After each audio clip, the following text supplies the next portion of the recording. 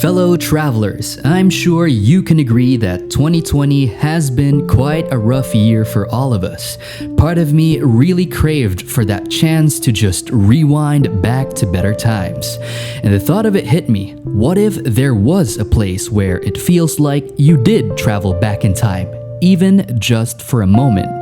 So we've decided to set course on a 160-kilometer drive to seek out this tourist destination, and upon reaching its premises, my mind was blown away witnessing, first and foremost, just how vast this place actually is.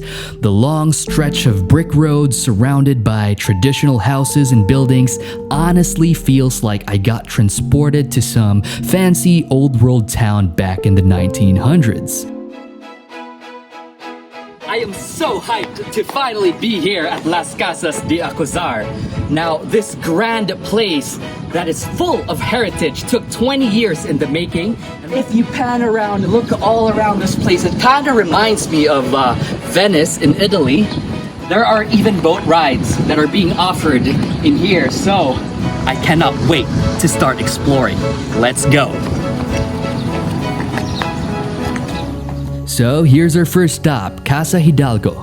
I believe our tour guide mentioned something about it once being UP's first campus under Fine Arts School, so I think it quite fits that it now stands as an art museum. For the ones with a deep appreciation for sculptures, you'll find a lot of finely crafted art pieces here, made by local wood carvers. There's more than meets the eye for these intricate wood carvings. Each one has a tale to tell, from tributes for their tribes to symbolic representations of different socio-cultural issues. So, if you want to know more about the stories behind these artworks, folks, don't forget to drop by at Casa Hidalgo.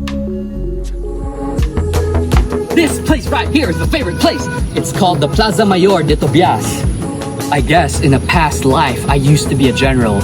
Just kidding, but actually, there are 4 plazas situated here at Las Casas, and they were named after Acuzar's closest friends, people who influenced him to start this heritage village over here. Okay, the next part of the tour attunes deeper into the heritage side. I must say that they've done quite a good job on preserving that pristine, vintage setting of the casa interiors. Now, many of these houses showcase antique collections ranging from equipment back in the Second World War to everyday household items, but my favorite were the set of vintage Coca-Cola cans, as I personally collect some myself. Now folks, if you're craving for that full experience of immersion, I think you can even stay in one of these houses, but you gotta book for a reservation in advance. So, on to the final part of our day tour. The time has come to hop aboard on that much-awaited boat ride I mentioned earlier. Spanning for half an hour or so, you embark on a scenic route coursing through the waterways of Las Casas, exploring more of its majestic old-world architecture. I saw this one house in particular, and the ornate design at the bottom part really caught my eye. I mean, you can tell that the sculptors who made these are really passionate on their craft.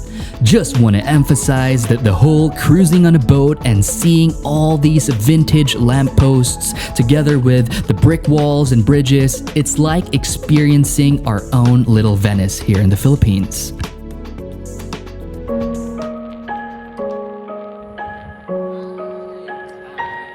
Happens, heightens each sensation.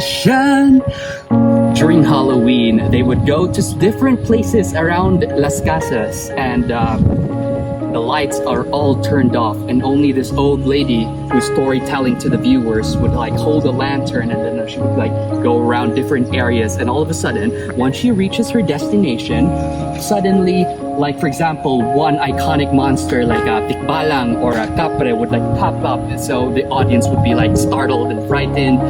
It's super interactive, so I am definitely excited to the max.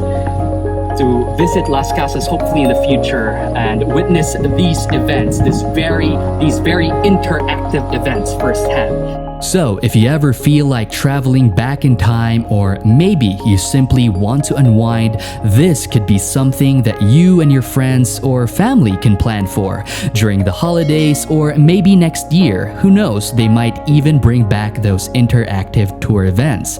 Only time will tell. So, that's all for this vlog, fellow travelers. I'll see you in the next adventure.